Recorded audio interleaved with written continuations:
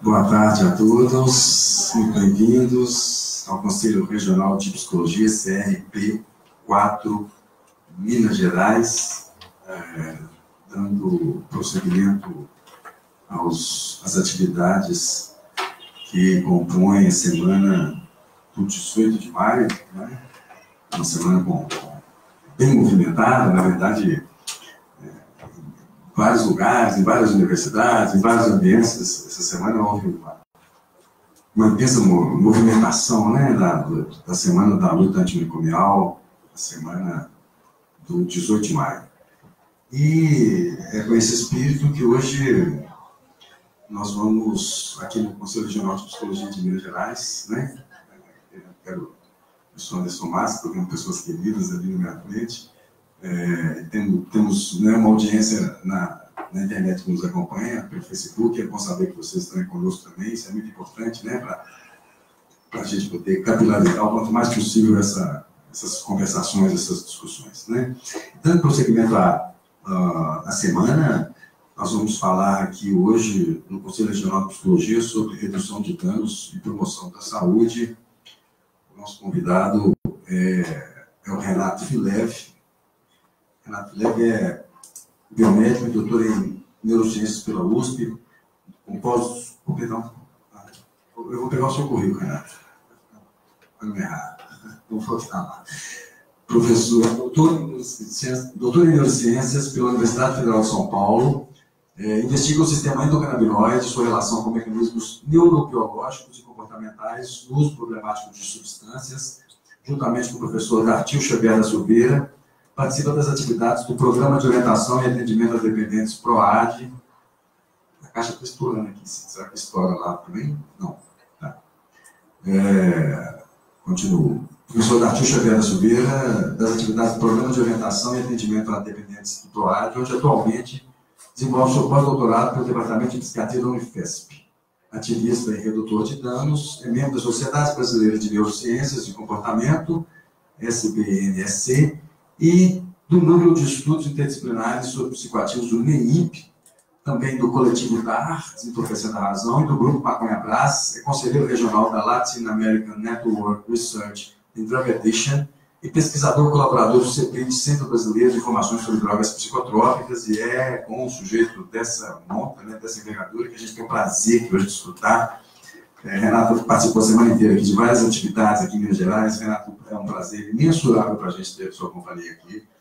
Para mim, em particular, custa achar palavras para agradecer, porque foi uma semana super fértil, foi muito legal, rodamos um pouquinho aí, né? Fomos a Divinópolis, fomos na UFMG, fomos na PUC, e estamos fechando aqui no Conselho Regional de Psicologia, eu vou dizer com chave de ouro, essa passagem do Filev aqui conosco. Como eu disse, um momento de muita honra, porque nós psicólogos precisamos entender, discutir uma série de coisas. Aqui, no caso, o Renato vai fazer um gancho para a gente com essa semana da luta antimanicomial e com a questão da necessidade, né, de se discutir atualmente o antiproibicionismo, todo o impacto, né, todo o retrocesso que nesse momento se configura na nossa lei sobre drogas, e todo o constrangimento e coação que tem havido por parte de instâncias governamentais. O Renato trabalha diretamente com o professor Carlini, e o professor Carlini, para nós, antiproibicionistas, um ícone da ciência brasileira, foi constrangido a prestar um depoimento numa delegacia de São Paulo sobre apologia ao uso de drogas. Um pesquisador daquela envergadura não devia jamais passar por um constrangimento dessa natureza. Então, esse querido aqui, que está tão perto do Carlinhos, vai trazer aqui um pouco para nós hoje das suas experiências, da sua fala, como redutor de danos, como biomédico que como ativista, que também faz parte da trajetória do Renato, um ativista, um antiproibicionista, da Marcha da Maconha, etc. Renato, qual é a importância dessa militância para nós? Faz um gancho aí para a gente pensar nessa semana antimanicomial, da luta antimanicomial e da luta antiproibicionista. Bom, eu agradeço, uma boa tarde a todas e a todos presentes e também pela internet. Temos 3 pessoas ali escutando ao vivo. Bom, eu fico feliz pelo convite, agradeço em nome da Carolina, do professor Anderson, o convite para o CRP, do Felipe também, que fez a triangulação. O Felipe é um ativista da Marcha da Maconha de Belo Horizonte. Eu não conheço, mas ele sabia, através do Anderson, que eu estaria aqui em Minas Gerais, e aí ele estendeu esse convite e fez essa triangulação com o CRP para eu estar aqui presente, conversar um pouco com vocês a respeito da minha experiência, né, nesses últimos tempos aí com política de drogas, com redução de danos, com marcha da maconha. Além disso, como o Anderson me apresentou, eu faço pós-doutorado em psiquiatria, eu tento desenvolver o tratamento de um tipo de tratamento farmacológico para dependência de crack, e faço isso através do uso e manejo da maconha e dos canabinoides, né, junto com o professor Dartil Xavier. E também trabalho com o professor Elisaldo Cardini lá no CEPRID, no Centro Brasileiro de Informação sobre Drogas Psicotrópicas, em São Paulo. E eu fiquei, me deu um misto de emoções e de sensações encontrar esse panfleto aqui, Marcos Vinícius Presente. Eu o conheci, ele era um grande amigo meu, fiquei muito feliz e perplexo ao mesmo tempo de encontrar aqui. Eu não sei se vocês conhecem a história do Marcos. Ele é um psicólogo, uma pessoa. O senhor conheceu? Pessoalmente, eu não tratei uma relação de intimidade, não, infelizmente. Ele era um cara da luta antimanicomial, que sempre lutou pelos direitos humanos, pela reforma da política de drogas, e que foi assassinado numa emboscada na Bahia por conta de tomar partido dos trabalhadores de uma terra, de uma propriedade, e os fazendeiros foram e mataram ele. Ele morava lá, era professor da Federal da Bahia. Então, estou arrepiado, emocionado aqui mesmo de estar revendo ele aqui como uma pessoa que conseguiu ter um memorial, né, agora por ele. Eu acho lutador dos direitos humanos assassinado no país, né? Mais um, acho que o Brasil é o país que mais assassina pessoas ativistas de direitos humanos. Então, essa profissão que a gente faz por ativismo, por amor à causa, né? Não é por dinheiro que eu estou aqui. Eu acho que a gente viaja para falar sobre drogas, falar sobre reforma na política de drogas por conta do que a gente acredita, né? E não por conta do que isso retorna particularmente para nós, né? Então, muito feliz, eu fico muito feliz e emocionado de rever aqui o Marcos. E então, né, falando sobre o que acontece, né, com esse Brasil, né, que a gente tenta fazer uma política que, inclusive, é política desde 2003, né, a redução de danos ela é preconizada pelo Ministério da Saúde como a principal política, né, de atenção e cuidado aos usuários de substâncias, e encontra, mesmo assim, uma resistência enorme, né, de capacidade de ação, né, de capacidade de penetração na sociedade, de poder se expandir de uma forma ampla, de uma forma acessível, né, às pessoas. A redução de danos é uma política que ela preconiza a atenção e cuidado a usuários de substâncias que não querem, não podem ou não conseguem parar de usar drogas, né? Então, ela é de baixa exigência por não exigir a abstinência imediata do indivíduo para aderir ao tratamento, e também ela é pragmática, porque ela busca reverter os danos associados àquela condição imediata, né?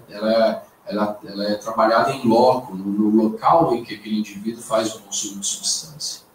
Então, seja ele no trânsito, a pessoa que faz uso de álcool, seja ele numa cracolândia, as pessoas que fazem uso de álcool, de crack, de tabaco, de maconha, de privação de sono, de inanição, de falta de água, né? Então, as pessoas em extrema vulnerabilidade, ela trabalha dentro de cenários de festas de música eletrônica, onde as pessoas tomam as drogas relacionadas às festas de clube, né? Então, a redução de danos ela é uma estratégia, além de ser uma política, versátil, né? Porque ela vai se adequar de acordo com que aquela demanda, que é o que aquela demanda? É um certo tipo de uso de drogas feito por um certo tipo de pessoas, feitos num determinado ambiente. Então, essa leitura que a redução de danos faz, ela permite, então, enxergar de maneira até temporária, né, naquele momento, qual que é a principal demanda, o que está faltando lá para aquele indivíduo que está se drogando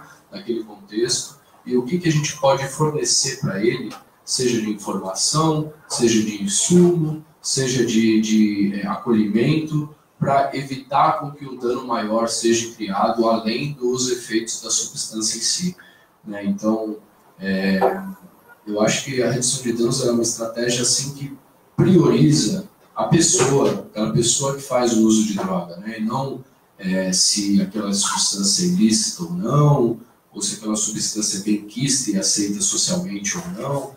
Então, a intenção da redução de danos é evitar, por exemplo, que uma pessoa que faz uso de substância cocaína injetável, que ela, por exemplo, contraia hepatite ou HIV. Né? Então, se ela já faz e já tem os danos inerentes à cocaína injetável, né, evitar com que ela adquira outro problema, né, na vida dela. Recentemente, lá em São Paulo, né, teve uma questão que me entristeceu bastante, né, que foi a solicitação de saída do Conselho Regional de Psicologia de São Paulo, do Conselho Estadual de Política de Drogas do Estado. Eu sou conselheiro lá no CONED e eu sou pelo CEPRID, né, e o CRP, uma parceira amiga minha, muito próxima, que era conselheira também, ela deixou de ir alegando que o conselho assumiu a posição de se retirar do CONED nesse momento de disputa política, né, de fortalecimento das comunidades terapêuticas de um governo, depois de retirar o governo eleito democraticamente do poder, de estabelecer novas diretrizes políticas, inclusive no Sistema Único de Saúde, que afeta diretamente a RAPS, né? E aí o Conselho Regional se retirar do debate de disputa do campo político me entristeceu bastante, né? O Conselho ainda discutiu internamente, mandou um ofício para o CRP perguntando, né, sugerindo que eles repensassem essa decisão, e eles repensaram e mesmo assim não tiveram a decisão de sair do conselho.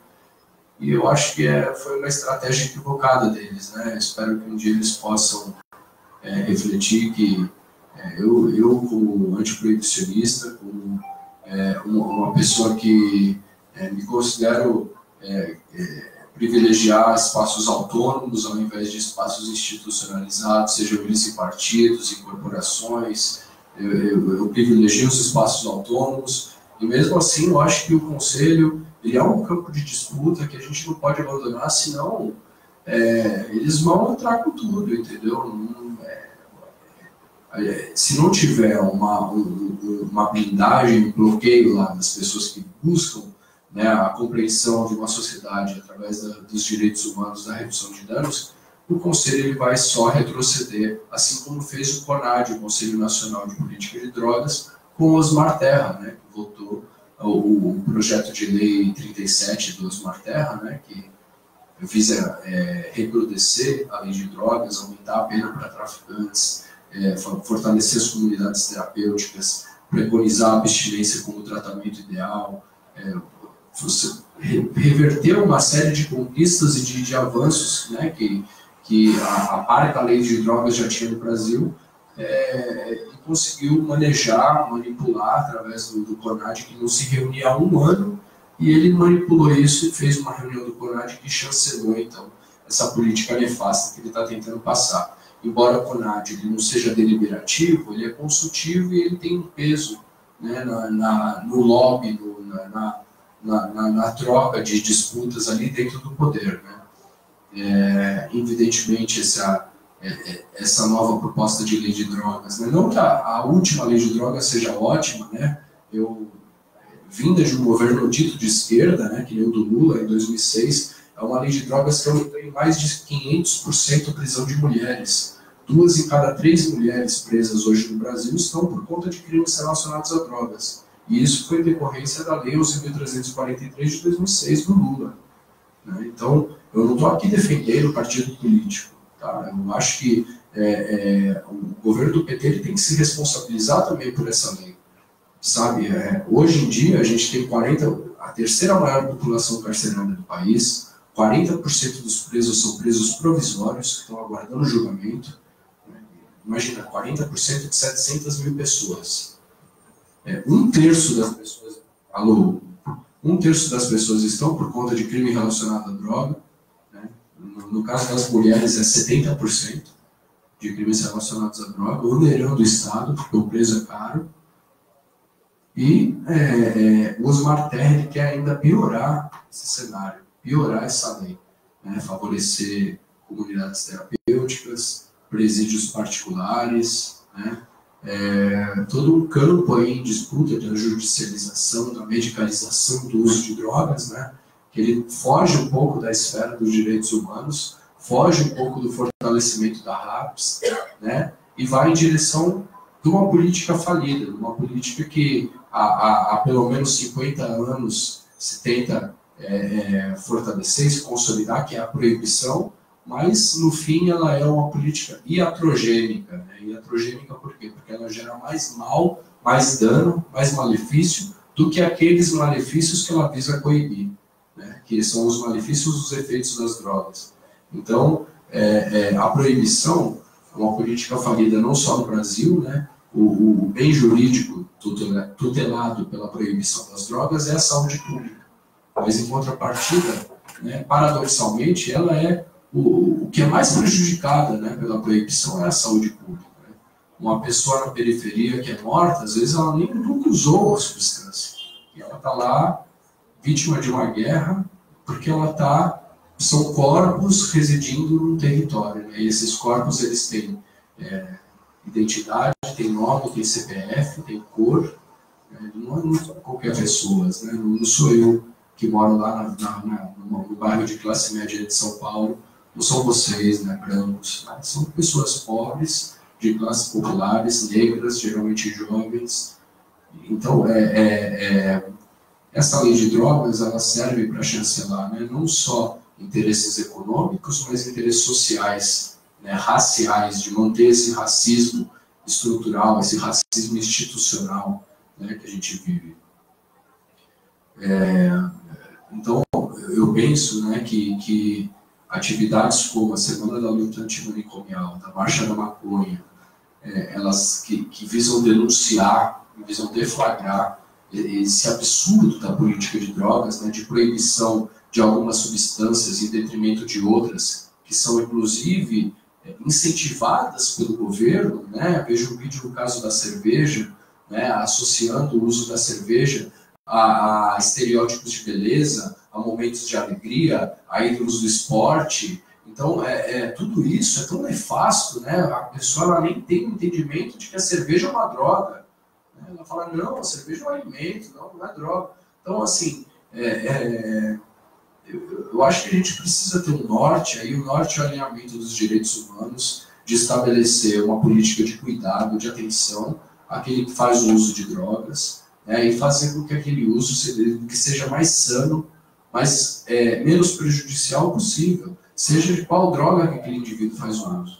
Né? Eu fui perguntado recentemente como é que você faz para abordar o usuário? O que você vai fazer ele em extrema vulnerabilidade?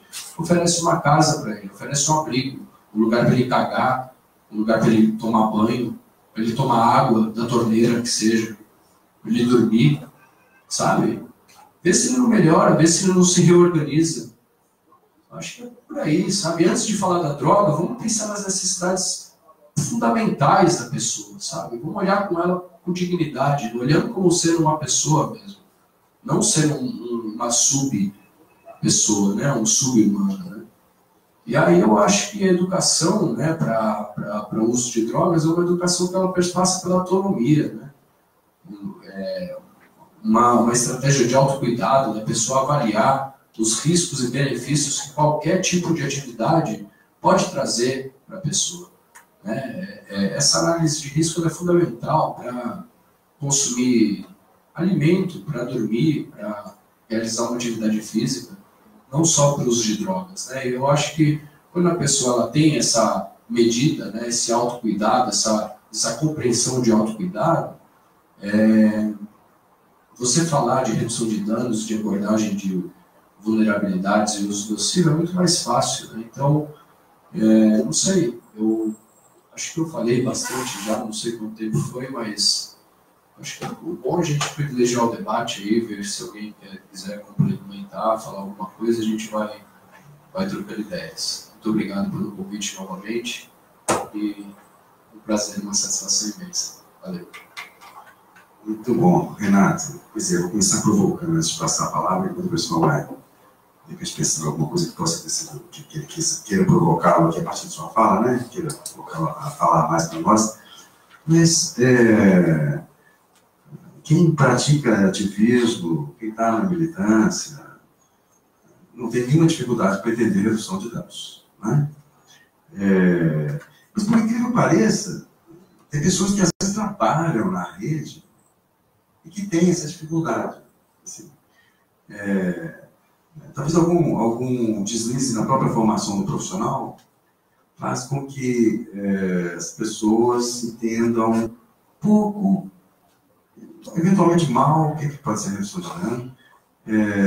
E tem repito, o próprio profissional tem uma certa dificuldade para incorporar essa prática. Na história da redução de danos, a gente falou um pouquinho sobre isso ontem, né?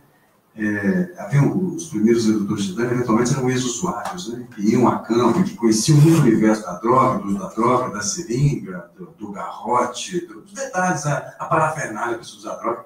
E parece que isso, no primeiro momento, deve ter facilitado muito a existência da redução de dano, esse contato entre pares, que mutatis mutandis é o que uma A faz, o que uma NA faz, né? Então, talvez na própria lista da redução de danos, alguma coisa da vivência empírica facilitou muito essa prática. Os profissionais, na sua grande maioria, não têm uma vivência empírica com o uso de drogas, e não sei se tem que ter também para ele poder entender do que se trata. Não, uma postura não necessariamente implica a outra, né? Mas fico essa impressão assim, que o profissional às vezes padece de um tecnicismo, onde ele consegue, quando consegue até entender essa terminologia, redução de danos, etc., mas talvez por um afastamento vivencial, um afastamento empírico daquelas questões, o próprio profissional às vezes se vê engessado no que fazer, o que falar, né?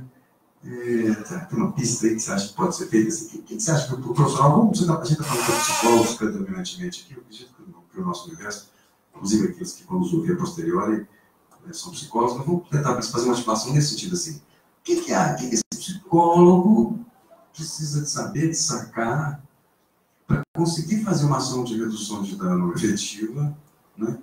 O que esse cara precisa de entender sobre o que é redução de danos, porque os nossos detratores, Osmar Terra e pares, eles começaram a se apropriar do nosso discurso, eles começaram a falar que redução de danos era enxugar gelo. Nós estamos berrando a plenos pulmões há muito tempo que a guerra às drogas é uma fábrica de enxugar gelo, né? Agora, eles tentando torcer esse discurso, têm dito isso, a redução de danos é uma fábrica de enxugar gelo. Talvez algumas famílias tenham dificuldade para entender a redução de danos. Uma vez que a família, às vezes, pensa que aquilo é abstinência, né? O tratamento, a forma de se resolver o problema de toxicomania e alcoolismo de um paciente seria a abstinência, e quem está na ponta sabe que não necessariamente é isso, o serviço, né? Não é exatamente disso que se trata. E reitero, concluindo, os próprios colegas psicólogos, às vezes, também têm dificuldade para absorver isso, porque eles não conseguem entender bem onde é que está o ponto, onde é que eles vão chegar nesse paciente. Dá uma mexida nisso para nós. Legal. Bom, eu penso assim, né? O primeiro é o paradigma que está na cabeça do funcionário que trabalha com saúde mental, seja com atenção à saúde, seja primária, seja secundária, né? Que são as taxas de sucesso, né? A expectativa. Qual que é a expectativa do indivíduo que está lá na saúde? Falar que o alcoolista tem extrema vulnerabilidade, que usa o álcool para uma série de agenciamentos que ele consegue com esse álcool, né? passar o frio, passar o medo, dormir, acordar, né, seja o que for. E a taxa de sucesso que esse indivíduo cria como expectativa para si mesmo é a abstinência. Então, se o profissional for pensar a partir daí, a frustração dele vai ser grande. Para a redução de danos, a compreensão de recaída não existe. A recaída, ela cria na cabeça de um usuário problemático em situação de tratamento uma forma de dizer para ele que ele não teve sucesso, ele fracassou, né? Então, eu acho que a mentalidade, a forma de se entender o uso problemático de substância, ou qualquer tipo de uso, ou qualquer tipo de atividade, seja ele o sedentarismo, seja ele o manejo de uma arma, através da perspectiva de redução de danos, ela passa de uma mudança de mentalidade mesmo, assim, de uma compreensão diferente do processo, de uma análise de riscos e danos que a pessoa está se colocando, e eu acho que a abordagem é tentar compreender, né, o profissional auxiliar aquela pessoa a compreender a corresponsabilização dela naquele processo. Eu acho que muito das estratégias que são oferecidas por aí, né, pelo NA, AA, né, até as clínicas, né, que colocam o usuário como uma pessoa impotente de si mesmo, incapaz de se autogerir, né, isso faz com que o indivíduo ele não se corresponsabilize, né, por aquele tipo de uso. Então, a educação para fortalecer a autonomia do usuário, né, evitar o hiperdiagnóstico, né, a hiperrotulação, né, que acontece. O cara é o impotente de si mesmo perante a Deus e perante a droga. É o transtorno afetivo bipolar, transtorno de estresse pós-traumático, esquizofrênico, depressivo, ansioso.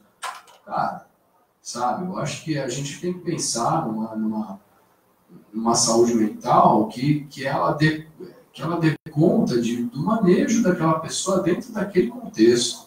O contexto que a gente está vivendo, ele gera tudo isso, sabe?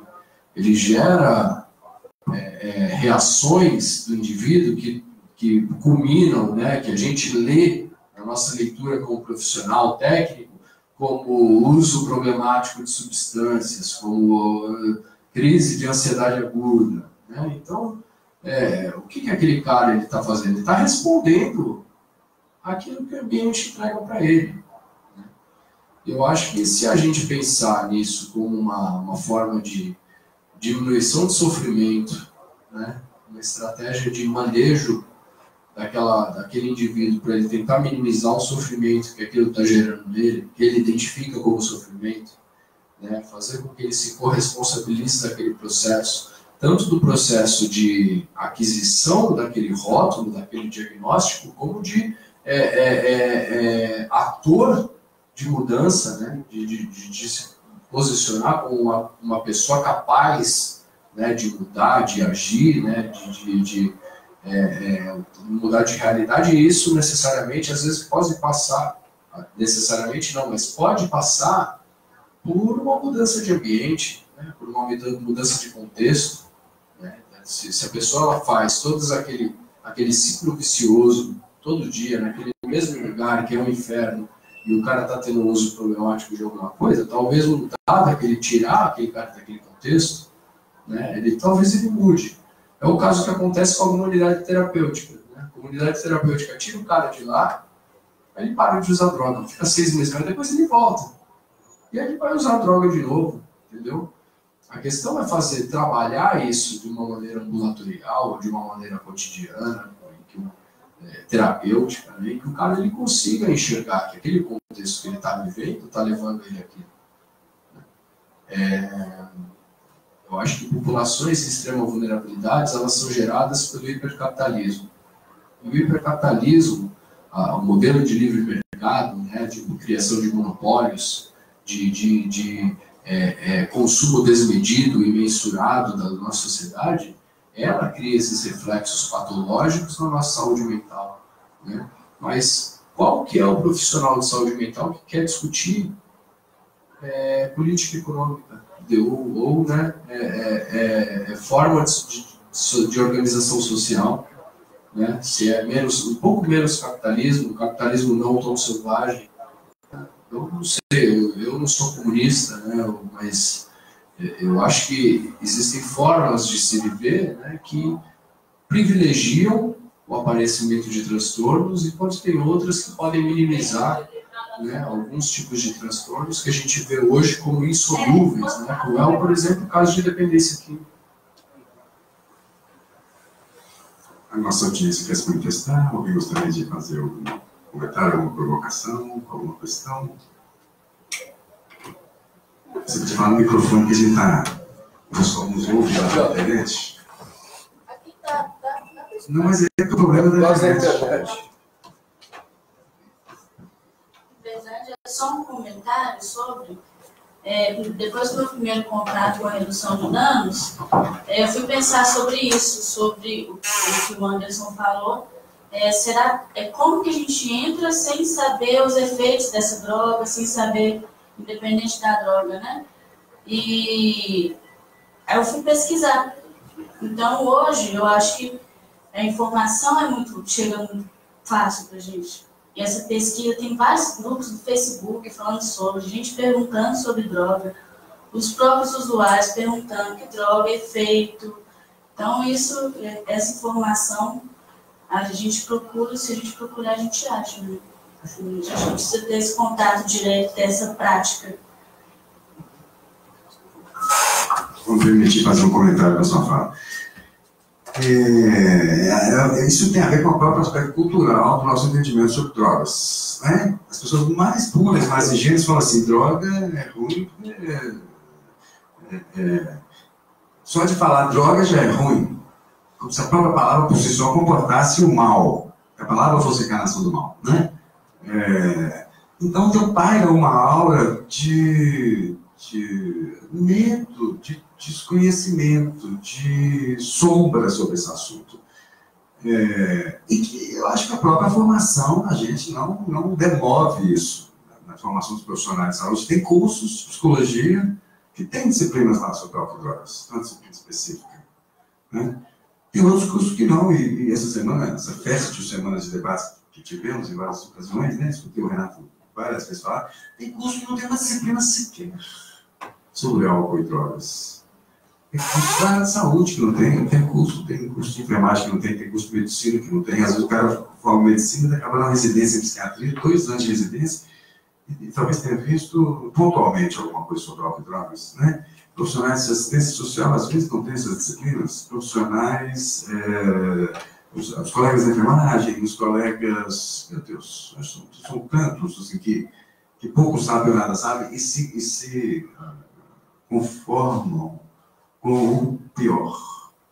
Nas ocasiões que eu tenho podido ver, eu tenho sempre tentado fazer o papel de agente provocateur, assim, de provocar bastante mesmo esse pensamento, porque senão a gente se conforma em repetir apenas coisas sem fazer nenhum tipo de pensamento crítico sobre elas. A nossa cultura moral faz isso quando toca a questão das drogas, né?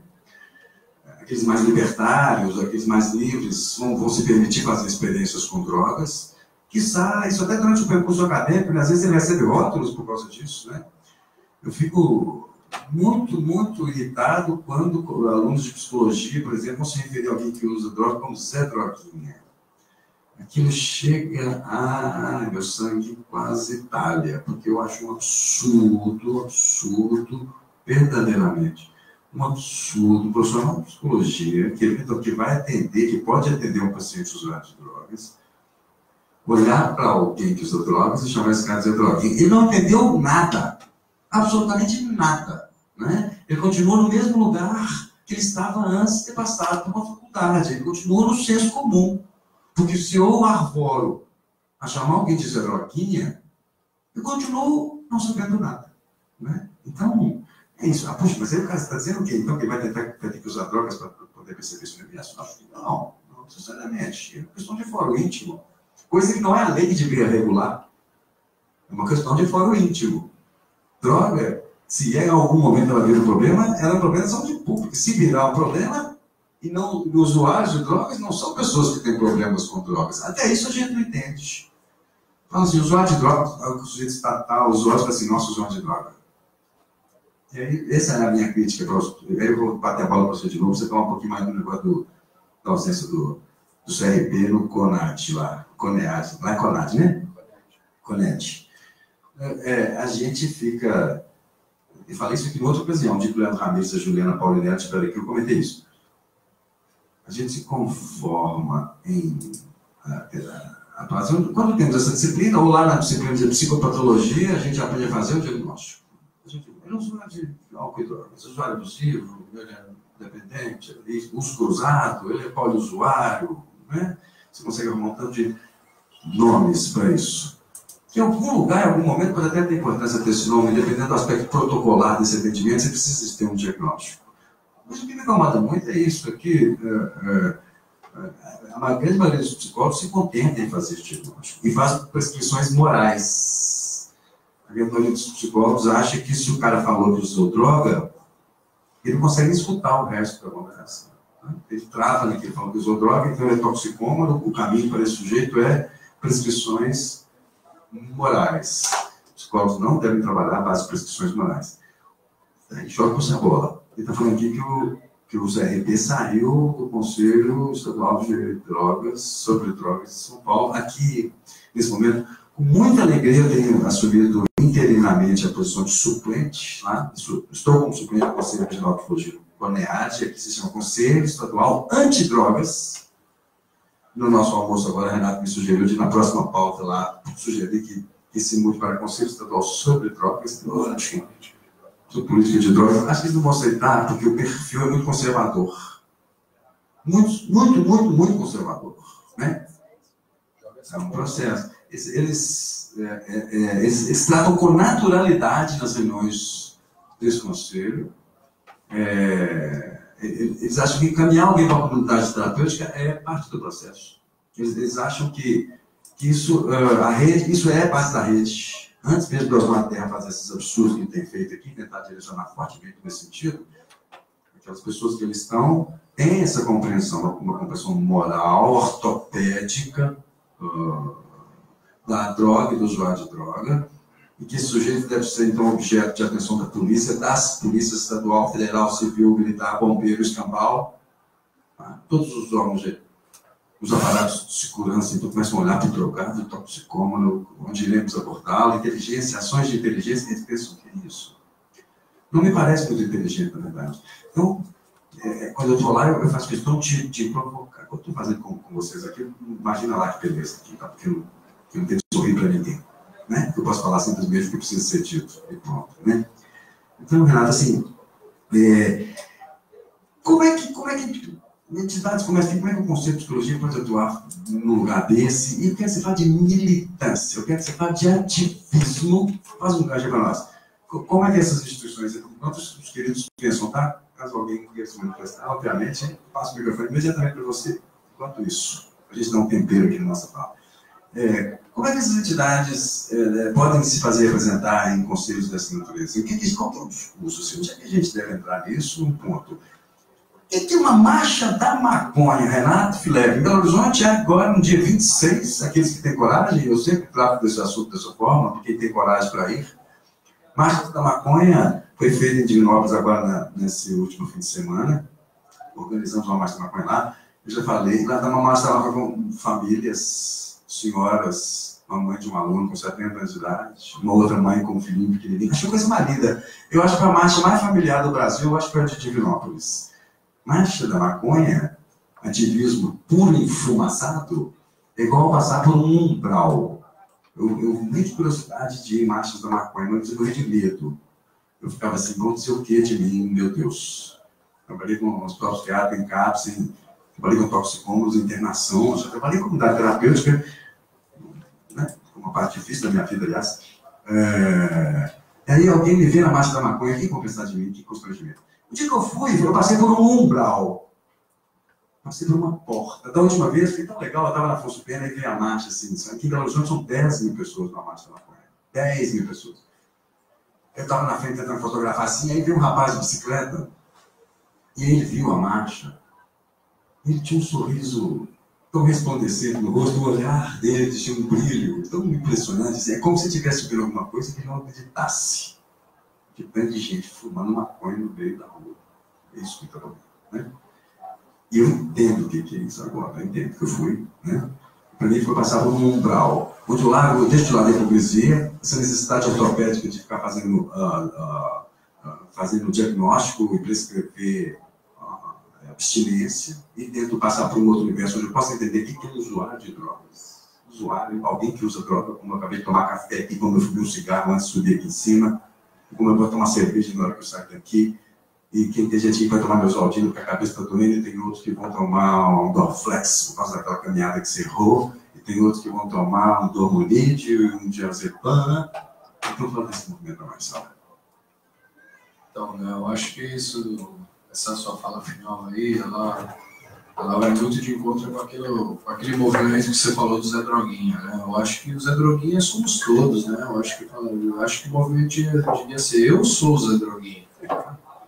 Eu uso o cafezinho de manhã para acordar, cervejinha para celebrar, o calmantezinho para dormir, né, o celularzinho para me comunicar, para me relacionar, e isso pode ser, de certa forma, compulsivo, né? E quando que a gente vai dosar essa compulsividade? Né? Muitas vezes um profissional ou a pessoa que faz uso de droga, ela fala, não, a droga é a droga do outro, a minha não é a minha droga, a minha é minha droguinha, eu uso aqui só para... Drogado é o outro, é ele que está doidão, ele que está alucinando, sabe? Essas palavras, né, fortes e carregadas de conceitos, né, que muitas vezes são preconceitos, né, como se alucinar fosse necessariamente ruim, né? Então, eu acho que o Zé Droguinha, ele é desse movimento de se falar, né, o Coletivo Dar, né, que eu faço parte, tenho um grande orgulho de fazer parte em São Paulo. O Coletivo Dar lançou recentemente um livro chamando Poder, Drogas e Autonomia. Quem quiser. É um livro, é uma arma, na verdade, não é um livro. É uma arma para te munir de uma nova experiência, uma nova visão sobre o tema, né? Despida de preconceitos aí, dessas concepções. E aí, né,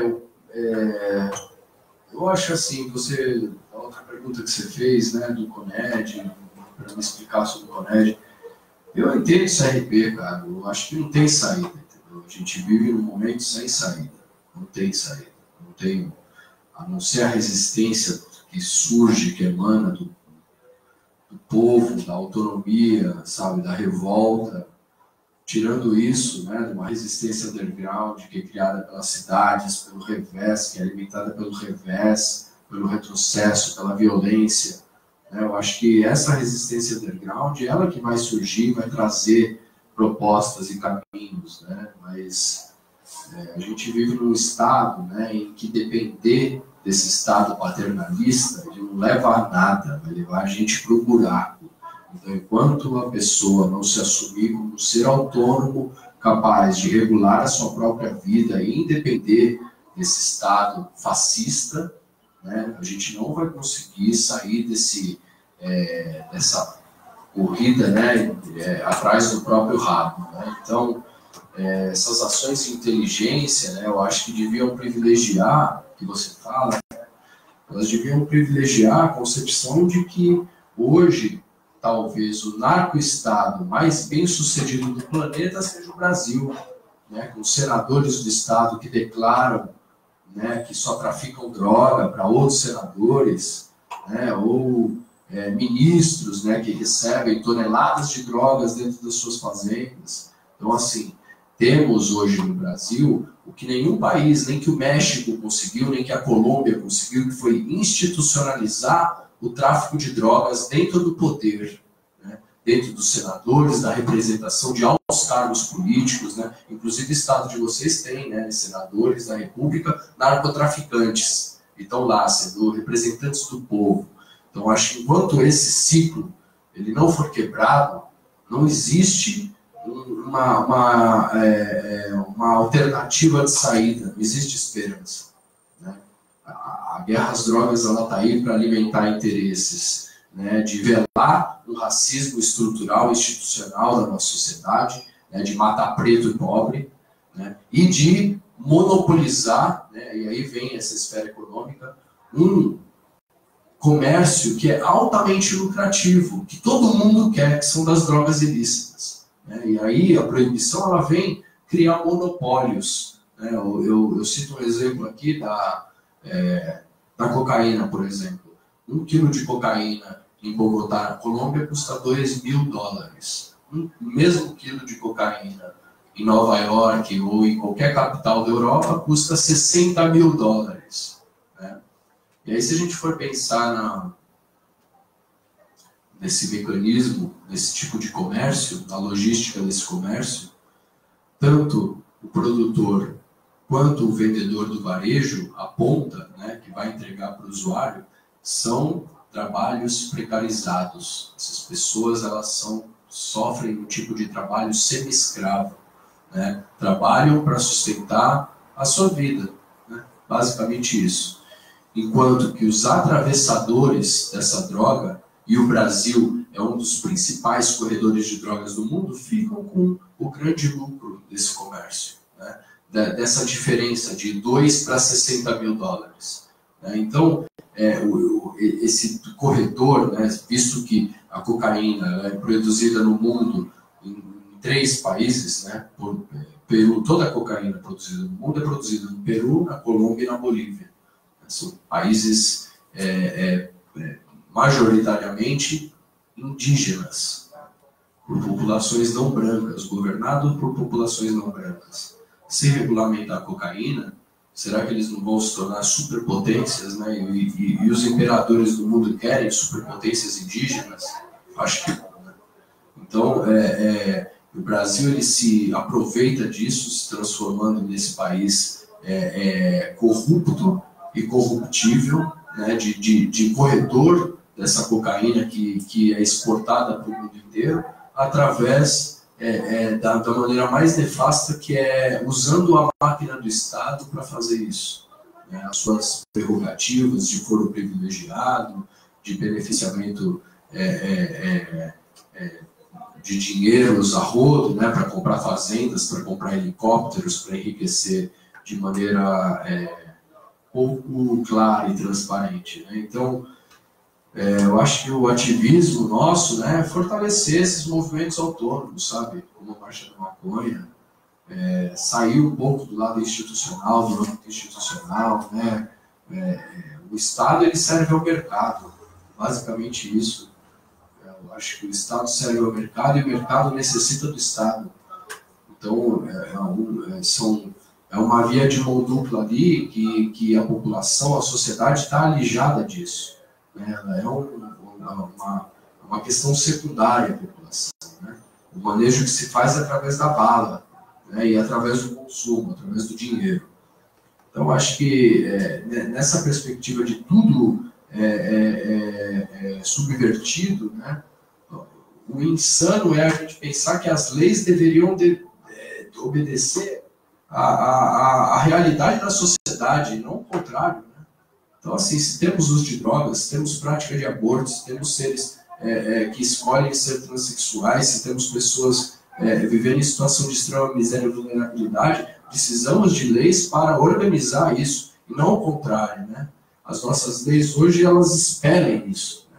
Elas repudiam mais, criminalizam, deixam essa pessoa estigmatizada, precarizada.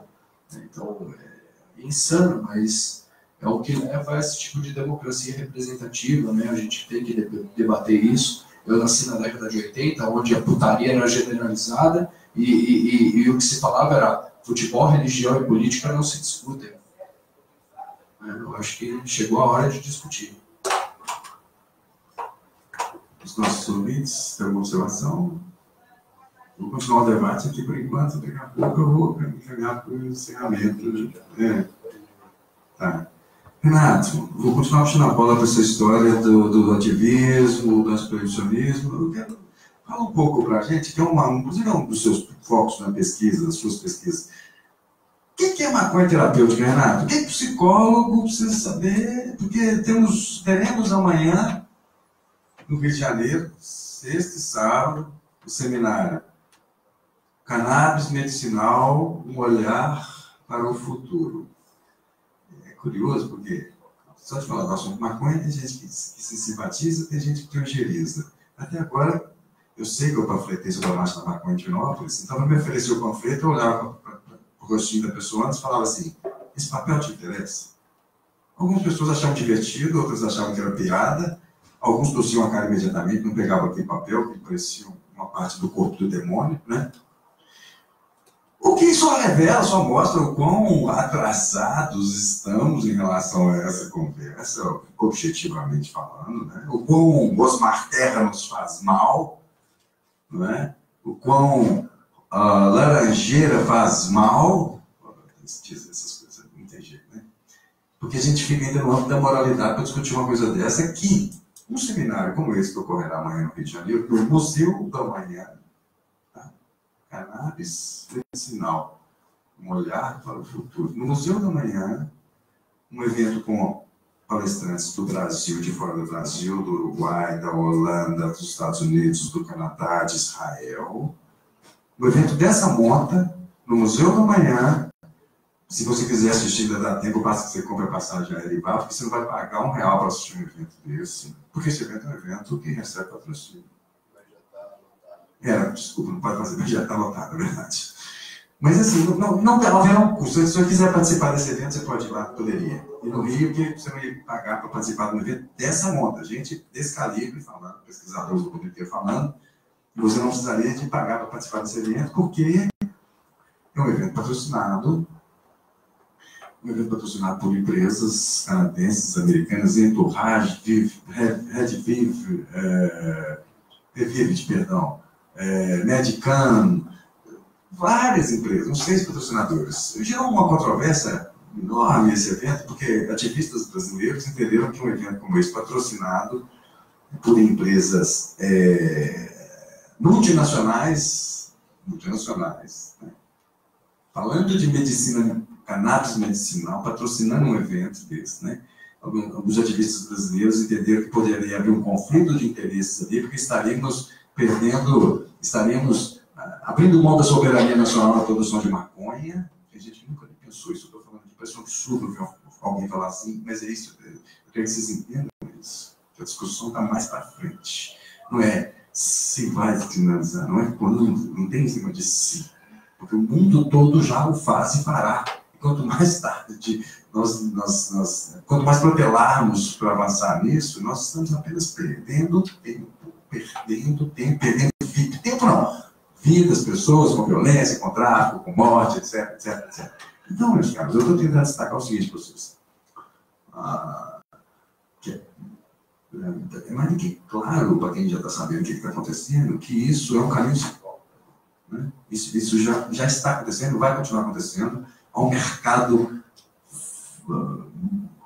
fabuloso para ser explorado e que vai ser explorado, né? Existem pessoas que querem falar de direitos individuais, que eu acho que eles têm razão. Existem cultivadores que querem cultivar, que eu acho que eles têm razão. Existem pessoas que querem fazer cooperativas, eu acho que eles têm razão. Existem pessoas que querem um uso medicinal farmacológico com todos os parâmetros médicos e farmacêuticos para usar o medicamento, que eu também acho que eles têm razão. Nós estamos falando de um cenário muito plural, né? E que no Brasil a gente ainda é isso. Assim, quando você toca nisso, tem gente que cora, fica constrangido e envergonhado. Isso, para mim, é o ponto máximo do retrocesso. E aí, assim, para dar uma pílula de saber para os nossos queridos que estão aqui conosco, e quem eventualmente nos assiste agora ou assistirá no futuro, dá uma costuradinha para a gente assim. Maconha terapêutica, qual um monte para quem? O que o psicólogo precisa saber sobre o uso terapêutico de cannabis? Medicinal ou alguma coisa, se você quiser pincelar. E o uso terapêutico, vai lá, fala disso para nós. Bom, sobre o uso terapêutico de cannabis, né? A cannabis é um medicamento fitoterápico tradicional, né? Usado há cerca de 5.000 anos pela espécie humana, né? E que há cerca de 80, 100 anos foi proibida. até a década de 1927, ela era vendida nas farmácias aqui no Brasil, para uma série de finalidades e que, a partir do advento da indústria farmacêutica, da indústria têxtil, a maconha ela passou a ser vista como um competidor e foi deixada de lado, né, para privilegiar, então, o têxtil sintético e os medicamentos alopáticos. E então essa política, né, econômica, ela se atrelou a uma política racial de contenção de hábitos pelas minorias étnicas, né? Então, nos Estados Unidos, o uso de maconha pelos mexicanos, no Brasil, o uso de maconha pelos negros, né? Que após o término da escravidão, que recentemente completou 130 anos, né, de abolição, foi envolvido num pacote, né, de proibições que associavam a cultura negra, né? Então, o samba, a candomblé, a capoeira, o maracatu, a maconha, tudo isso foi proibido como hábitos dos negros, né? A partir daí foi um desenrolar de proibições, né, ao longo da história da humanidade, que culminou o que a gente tem hoje, né, que é um total tabu na nossa sociedade, né, uma incompreensão sobre o potencial terapêutico ou sobre os efeitos da maconha. Né. Bom, sobre o mercado regulado, né, eu acho que o mercado ele tem que ser regulado, né, não dá para ter um mercado livre, né. Eu vejo as experiências dos Estados Unidos. Lá nos Estados Unidos o mercado ele sempre tenta criar um produto, uma demanda que não existe, né? Então, para vocês entenderem isso, por exemplo, antes existia lá o telefone celular que você ligava e mandava mensagem. Aí os caras inventaram o smartphone. Aí, a partir do smartphone, se criou uma demanda que antes não existia e hoje as pessoas precisam e demandam de um computador no seu bolso 24 horas por dia. E a estratégia do mercado da maconha é criar uma demanda que antes não existia. Então, nos Estados Unidos vem sendo produzidos extratos ultra enriquecidos com neotanol-THC, que beiram a 75, 90% de neotanol-THC, um teor altíssimo, né? E se a gente for comparar com plantas que têm alto teor de THC, elas beiram 20%. Né? Então, se tenta criar um produto que você não consegue produzir na sua própria casa para você necessitar de um mercado, né, que atenda essa demanda. Então, é muito perverso o negócio, né? Eu acho que o mercado ele tem que ser regulado e restritíssimo, não pode haver propaganda, necessita haver necessidade, eu acho que precisa haver uma necessidade de controle de teor de canabinoides, que vão estar presentes naquela amostra que vai ser vendida. Evidentemente, se a pessoa quiser fazer um extrato enriquecido na sua própria casa, para o seu próprio consumo, tudo bem, né? E se o mercado for ofertar esse produto, ele tem que ser sobretaxado, né?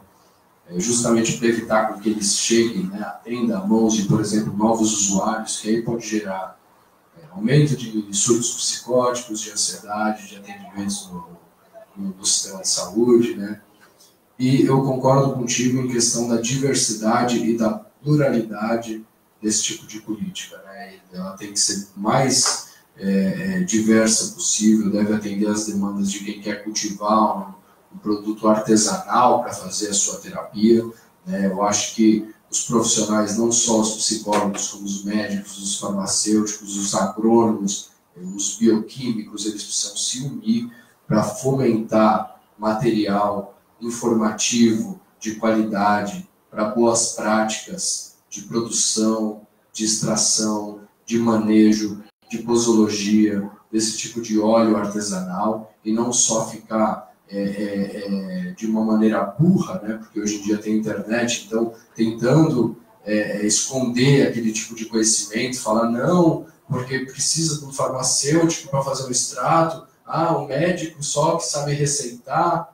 Enquanto isso, as pessoas vão fazendo de maneira empírica, de maneira desinformada, correndo ainda riscos mais do que elas poderiam estar, né, sendo orientadas e fazendo técnicas mais aprimoradas, mais seguras, né, mais entendidas, mais compreensíveis, mais efetivas, né, no processo como um todo. Então, o meu ver é isso, trazer a informação, o conhecimento adequado de qualidade, um profissional psicólogo, ele pode usar esse tipo de ferramenta terapêutica como a cannabis para fazer algum tipo de psicoterapia, né? Eu não sei se isso é adequado ou não, né? No caso da terapia de substituição de outros tipos de substâncias, né? Talvez isso seja um campo, né? que o psicólogo possa atuar, ou no manejo da ansiedade, né? No manejo da depressão, sabendo a cepa adequada, né? Que ele vai orientar aquele paciente a consumir, né? Então, é um mercado que, assim como faz, por exemplo, com a ayahuasca, com psilocibina, com LSD, com MDMA, né? Hoje a terapia psicodélica, ela lança a mão desses tipos de ferramentas, né? Que agenciam esferas terapêuticas lá que, pela terapia tradicional, demoraria algum tempo, né? Para você conseguir agenciar. Então, talvez um catalisador, eu não sei, mas o que precisa é a gente debater isso com menos moral, né, incluída e com mais ética. Eu acho que isso é o principal. Nós psicólogos não somos prescritores, né? Não é da nossa alçada fazer, apenas os médicos o fazem. Daí talvez todo o conflito de interesse em relação ao uso de um produto fitoterápico, né? Um medicamento fitoterápico, isso atinge em cheio a hegemonia do saber médico, do manejo de prescrições, não é? Manejo de medicamentos, etc. Sem dúvida, uma questão bastante controversa, mas de acordo com a pista que você está deixando para nós aí, Timothy Leary vive. Queridos, alguém quer fazer mais alguma observação? Caso não... Caso não, eu vou encaminhar para o encerramento, porque eu tinha quase 30 minutos, eu já o estourei. Alguém? Quero agradecer imensamente a presença de todos, espero que possa ter sido fértil essa conversação aqui. Agradecer muito ao Renato, que agraciou o Estado de Minas Gerais aqui por 3 dias, com doses alopáticas, homeopáticas, fitoterápicas, de conhecimento, de... Poxa, que massa que você veio para cá, obrigado. Te agradeço aqui no Conselho de Psicologia, acho que muitos psicólogos puderam usufruir do que você pode dizer para nós aqui. E nós em Minas Gerais, tem muita gente careta em Minas Gerais, porque Minas Gerais tem uma tradição psiquiátrica muito careta, assim, muito retrógrada. Não vou ficar citando nomes aqui, mas enfim. Mas temos também esses mineiros libertários, libertas quais será também. Está na nossa bandeira, isso quer dizer liberdade, ainda que tardia. É isso aí, pessoal. Obrigado. Todos que estão aqui conosco. Espero de fato que tenha sido legal para vocês, bacana. E quem nos acompanhou também pela internet, muito obrigado. Obrigado aí, na minha vez, agradecer ao Conselho de Psicologia, a pessoa do Felipe em particular, e toda a direção do Conselho da Alcira, todos que são tão tolerantes e nos estimulam a estar aqui fazendo um debate dessa natureza, debate que tem que ser feito. O psicólogo que chama os outros Zé Droguinha deve repensar se essa é a profissão dele. Vou deixar esse recado para você pensar. É isso aí, pessoal. Muito obrigado.